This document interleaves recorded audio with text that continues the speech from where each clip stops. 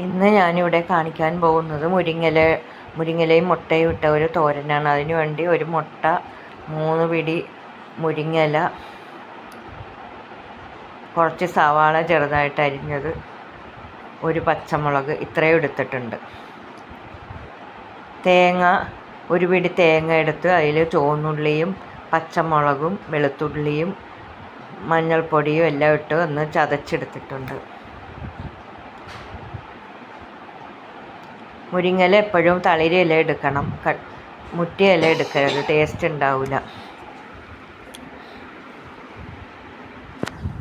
ഒരു ചീനച്ചട്ടി അടുപ്പത്ത് വെച്ച് ചട്ടി ചൂടാകുമ്പോൾ എണ്ണ ഒഴിച്ചു കൊടുക്കുക. ഞാൻ ഇപ്പുറത്തെ അടുപ്പിൽ ദോശപ്പൊടിക്ക് പൊടിക്കുന്നുണ്ട്. എൻ്റെ ചാനലിലുണ്ട്, അത് പോയി കാണണേ. ദോശയുടെ കൂടെ ചേർത്ത് കഴിക്കാൻ പറ്റിയ നല്ല പൊടിയാണത്. ഉഴുന്നും അരിയെല്ലാം വറുത്തുണ്ടാക്കുന്നു. എണ്ണ ചൂടായി വരുമ്പോൾ കടുക് ഇട്ട് കൊടുക്കാം.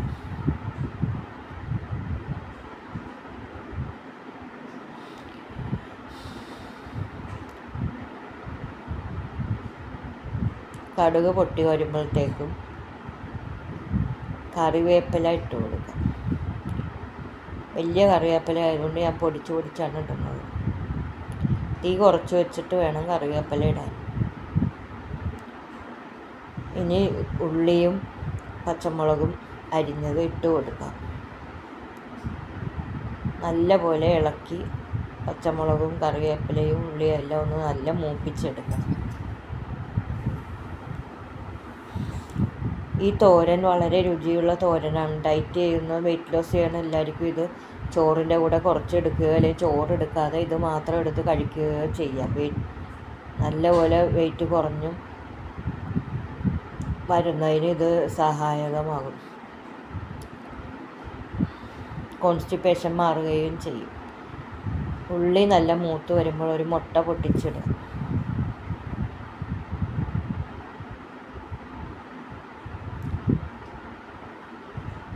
നിങ്ങൾക്ക് വേണമെങ്കിൽ 2 മുട്ട വേണമെങ്കിലും ഇടാം. ഞാൻ ഒരു മുട്ട എടുത്തുള്ളൂ.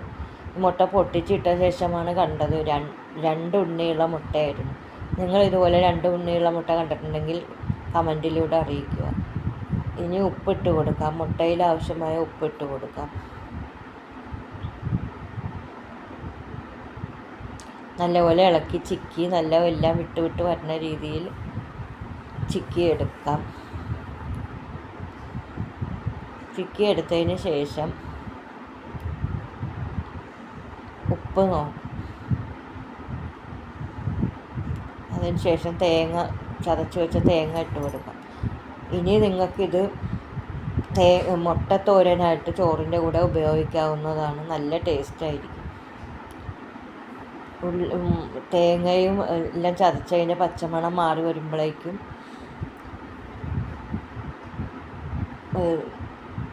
മുരിങ്ങയില ഇട്ട് കൊടുക്കാം.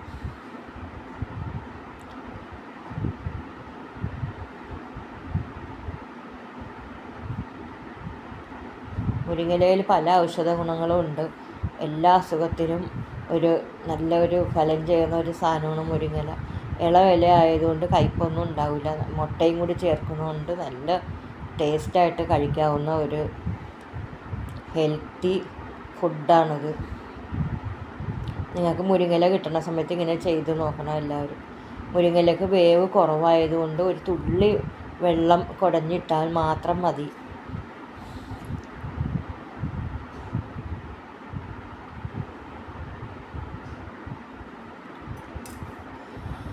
വെള്ളം ഇട്ടതിന് ശേഷം നല്ലപോലെ ഇളക്കി വെള്ളവും എല്ലാ മുട്ടയും മുരിങ്ങയിലയൊക്കെ നല്ല ചേർന്ന് വരുമ്പോഴത്തേക്കും ഒന്നിച്ചിരി നേരം അടച്ചു വെക്കാം.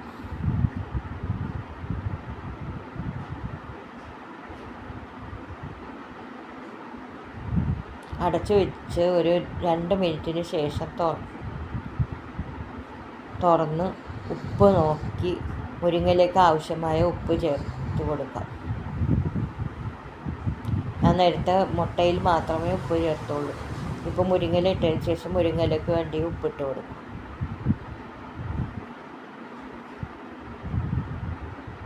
അധികം ഇടരുത്. അധികം കൂടിപ്പോയാൽ മുരിങ്ങയിലേക്ക് ഒരു ടേസ്റ്റും കാണില്ല. ഡയറ്റ് ചെയ്യുന്നവർ എണ്ണയും ഉപ്പും എല്ലാം കുറച്ചാണ് ഉപയോഗിക്കേണ്ടത്.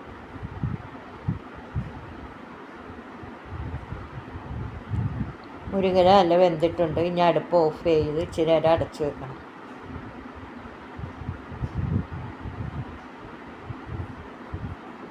ഇനി ഈ മുരിങ്ങയില തോരൻ ഒരു സർവിങ് പ്ലേറ്റിൽ നമുക്ക് മാറ്റാം.